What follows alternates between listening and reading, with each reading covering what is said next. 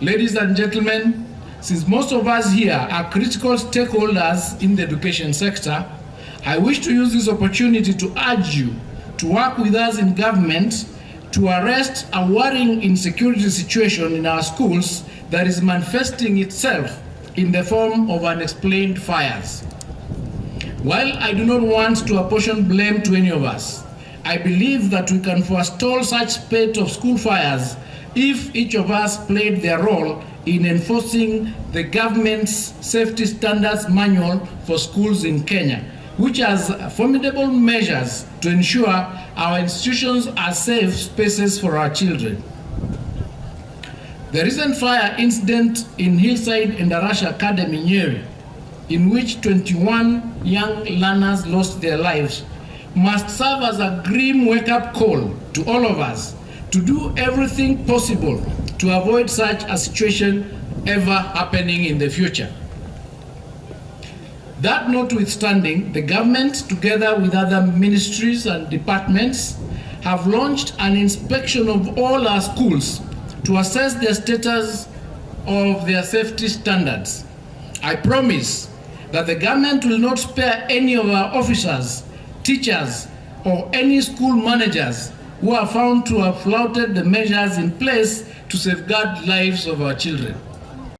At the TVET and university level, the government continues to reform the student-centered funding model to ensure that all Kenyans get access to quality and affordable education. Following the recent consensus between the students and the government, I'm happy to announce that we are forming 2 committees this week to engage in the robust discussions on how to ensure the funding model does not disadvantage any students in their bids to access higher education.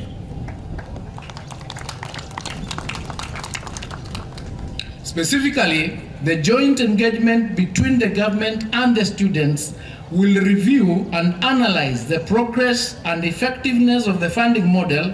and assess the veracity and effectiveness of the MTI instrument that we are using. The talks will also examine the cost of programs in our universities, besides evaluating the student appeals mechanism to ensure that the banding under the funding model accurately reflects the economic realities of households. More importantly, we expect the parties to analyze the structure of loans, including interest rates, grace period, and repayment periods. I'm happy to report that all students who have reported to various public universities in Kenya for their first year of study have been enrolled even as the government disburses their loans and scholarships. So far, the government has disbursed 4.2 billion shillings for loans and upkeep for students under the student-centered model this financial year. Many of us who have followed the stellar academic and leadership journey of Professor Micheka will agree that the university has got the best pick for a chancellor, a man whose stellar curriculum ranks highest among top global scholars. Indeed, going by the profile that was read out, no one can gainsay the fact that Professor Micheka is the embodiment of hard work, professionalism, research excellence, family life, and service to the nation. I vividly remember how Professor Micheka almost single-handedly steered the Jomo Kenyatta University College of Agriculture and Technology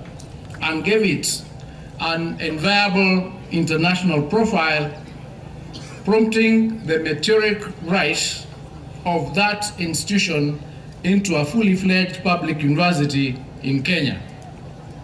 Professor Micheka's values are the ones we want to install in the young people and are the same as reflected in the values of this university.